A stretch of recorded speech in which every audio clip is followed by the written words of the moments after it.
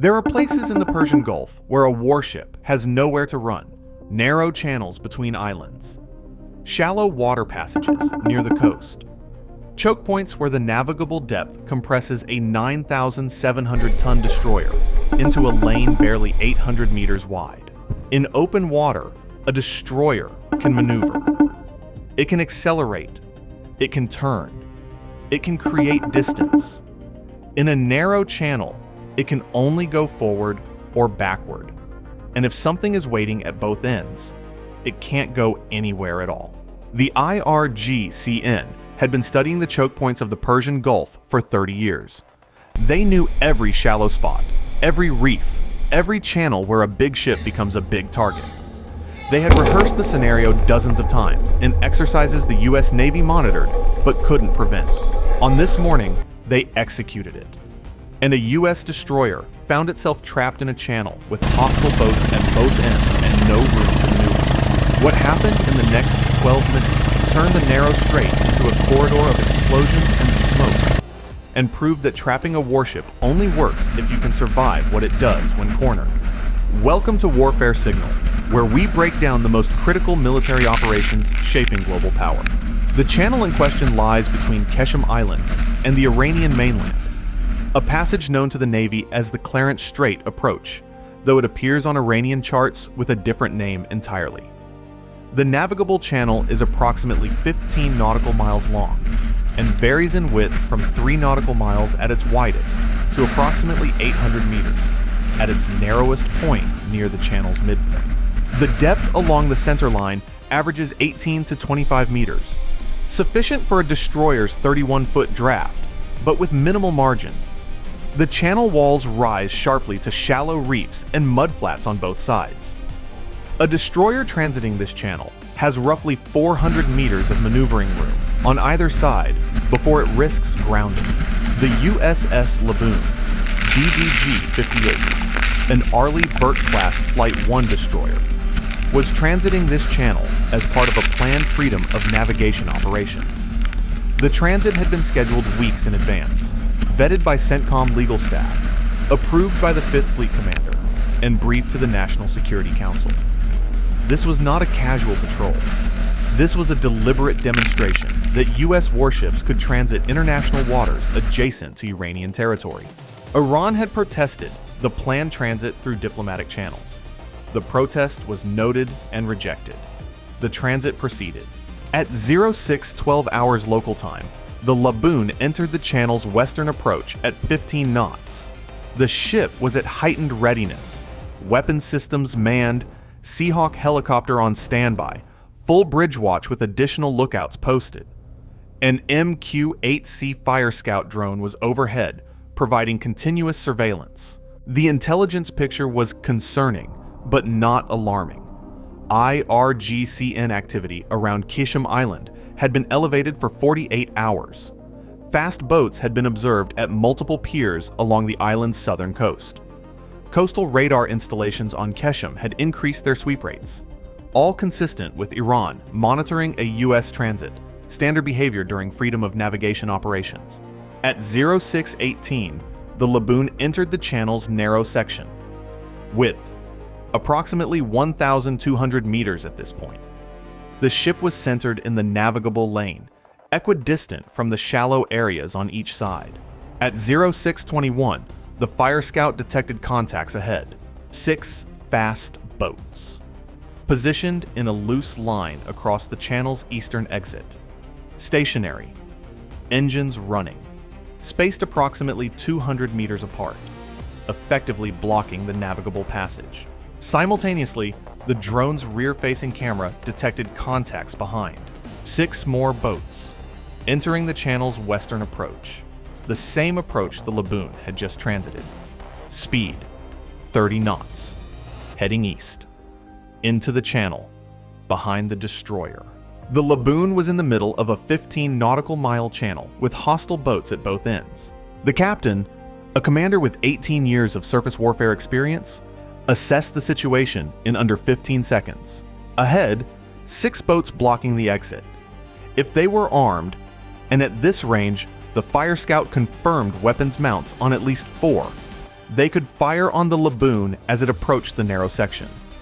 The ship would be heading directly at them with no room to maneuver laterally. Behind, 6 boats closing at 30 knots. They would reach the Laboon's current position in approximately 8 minutes. Once they arrived, the destroyer would be taking fire from both directions in a channel too narrow to evade. The sides, shallow water. Reefs within 400 meters on each beam. No escape laterally. Grounding a destroyer would be catastrophic. Not just damage, but humiliation. An American warship stuck on an Iranian reef would be the propaganda victory of the century. The captain had one tactical advantage. The narrow channel worked both ways. The IRGCN boats blocking the exit were confined to the same 1,200-meter channel width. They couldn't spread out. They couldn't flank wide. They were bunched in a kill zone as much as the destroyer was. He chose to attack forward. Drive through the blocking force. Use the ship's momentum and firepower to punch through 6 boats in a narrow channel and reach open water. General quarters at 0622. 323 sailors at battle stations. Speed increased to 25 knots. In the narrow channel, this was aggressive. Reduced reaction time to navigational hazards, wake effects on the shallow margins, and decreased time for tactical decision-making. At 0623, radio warnings broadcast to the blocking force ahead. Channel 16 and IRGCN frequencies. Vessels blocking the channel. This is United States Navy warship. You are illegally obstructing a navigable waterway. Clear the channel immediately. Response in Farsi. American warship. You are in Iranian territorial waters. Shut down your engines and prepare for escort to Iranian port. The Laboon was in international waters. The channel, despite its proximity to Iran, lies within a recognized international transit corridor. The demand was baseless. At 0624, the Laboon closed to 3,000 meters from the blocking force. The 6 boats remained stationary. Their weapons were visible, KPV and DSHK machine guns on forward mounts. One boat appeared to carry a larger mount, later identified as a 106mm recoilless rifle. The boats behind, the pursuing force, were now at the channel's western entrance. They had increased speed to 40 knots. ETA to the Laboon's position, approximately 5 minutes. 5 minutes to break through or be caught in a crossfire. At 0625, the captain ordered the Seahawk to launch. The helicopter's crew had been at Ready 5, pre-flight complete, engines running. Launch took 90 seconds. The Seahawk climbed to 300 feet and immediately identified all 12 boats, 6 ahead, 6 behind. The captain authorized the Seahawk to engage the blocking force. First Hellfire at 0626. Target: the boat carrying the 106mm recoilless rifle, the highest capability threat in the blocking force. The missile crossed the distance in under 4 seconds. Impact amidships. The boat exploded. The recoilless rifle ammunition cooking off in a chain of secondary detonations that sent debris across the narrow channel. The explosion in the confined channel was amplified by the water surface and the proximity of the island shorelines. The sound reached the Laboon's bridge like a physical blow. Crew later described it as feeling the blast wave in their chests. Second Hellfire at 0627. Another blocking boat, this one at the center of the line, destroyed. The 4 remaining blocking boats scattered, which in a channel 1,200 meters wide meant they moved to the margins. 2 went left, toward the Qeshm side.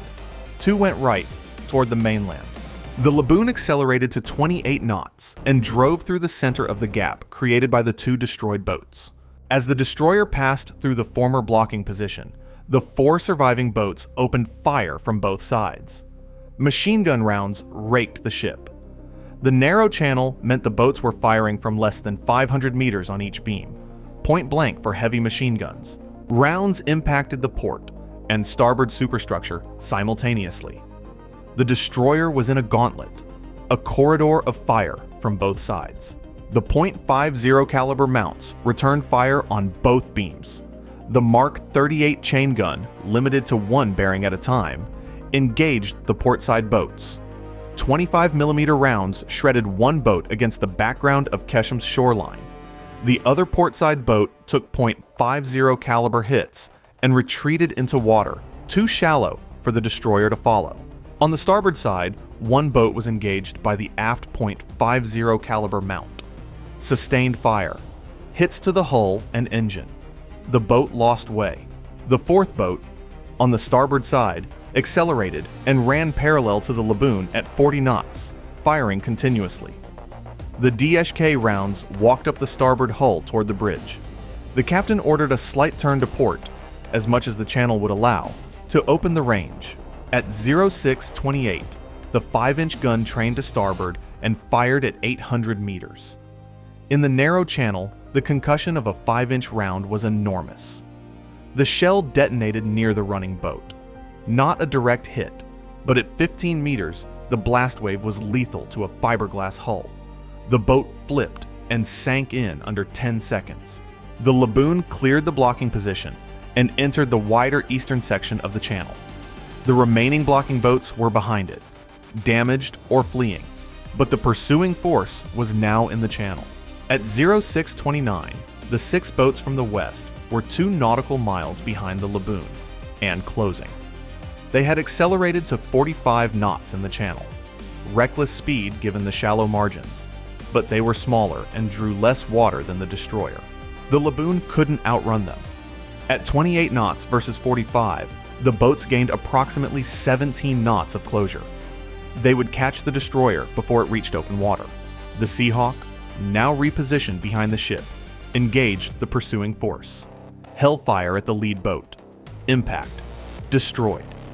The wreckage partially blocked the narrow channel, forcing the trailing boats to maneuver around it, costing precious seconds. Second Hellfire.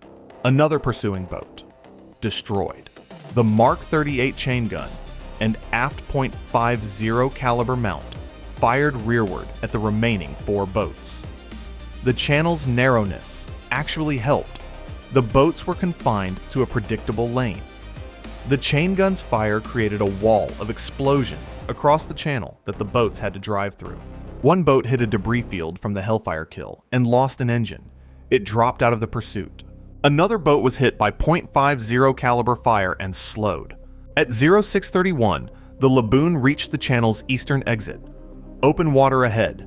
The destroyer turned south and accelerated to flank speed, 31 knots. The 2 remaining pursuing boats emerged from the channel exit, but did not continue the chase.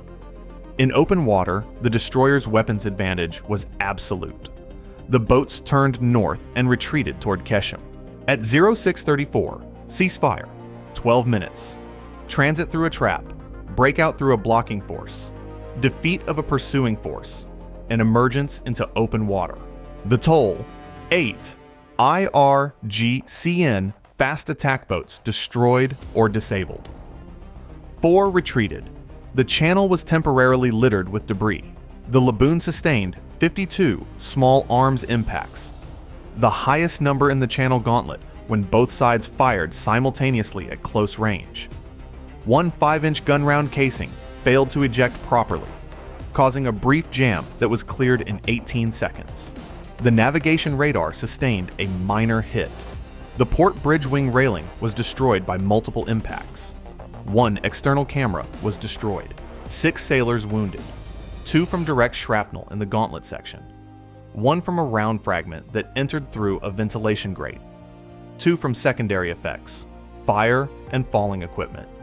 1 from hearing damage during the 5-inch gun firing at close range in the channel. All 6 survived. 1 required surgery for a fragment lodged near his shoulder. He returned to duty after 4 weeks. The investigation that followed examined the trap from both tactical and strategic perspectives. Tactically, the IRGCN had executed a textbook channel ambush. Blocking force ahead, pursuing force behind, narrow terrain preventing lateral escape. The concept was sound. The execution was professional. But the concept failed because of one fundamental flaw. A destroyer trapped in a channel is still a destroyer. Its weapons don't diminish in narrow water. Its 5-inch gun, chain gun, machine guns, and embarked helicopter carry the same firepower in a channel as an open ocean. The IRGCN boats had confined the destroyer, but they had confined themselves in equal measure. And in a confined engagement, the side with more firepower wins. Strategically, the attempt to trap and potentially board a U.S. destroyer in a channel near Iranian territory would have been, had it succeeded, an act of war with incalculable consequences. The IRGCN's radio demand that the Laboon shut down engines and prepare for escort indicated an intent to seize a U.S. warship. The last time a foreign power seized a U.S. Navy vessel was the USS Pueblo by North Korea in 1968. That incident created a crisis that lasted 11 months. CENTCOM's response was twofold. First, no U.S. destroyer would transit the Qeshm Channel without helicopter escort physically airborne at the channel entrance. Second, any future transit through confined waters near Iranian territory would be pre-cleared by a sweep force. Patrol boats or drones verifying the channel was clear before the high-value unit entered. Iran denied the incident. State media described it as routine Iranian naval patrols monitoring an illegally transiting foreign warship. No mention of the blocking force. No mention of the pursuit. No mention of the demand to surrender. But the debris in the channel told a different story. Satellite imagery captured the wreckage for 3 days before Iranian salvage teams cleared it. The Laboon completed its transit. Freedom of navigation upheld. The ship was repaired in Bahrain in 12 days. The crew received combat action ribbons, and the channel between Qeshm and the mainland remained on the Navy's transit list. Because the moment you stop transiting a contested waterway is the moment you concede it. The narrow strait proved that a destroyer can fight its way through anything the IRGCN puts in its path. But it also proved that Iran is willing to create scenarios where fighting is the only option, where diplomacy has no time and de-escalation has no room. In a channel 800 meters wide, there is no space for half measures, only forward. Stay vigilant, stay informed. I'll see you in the next one.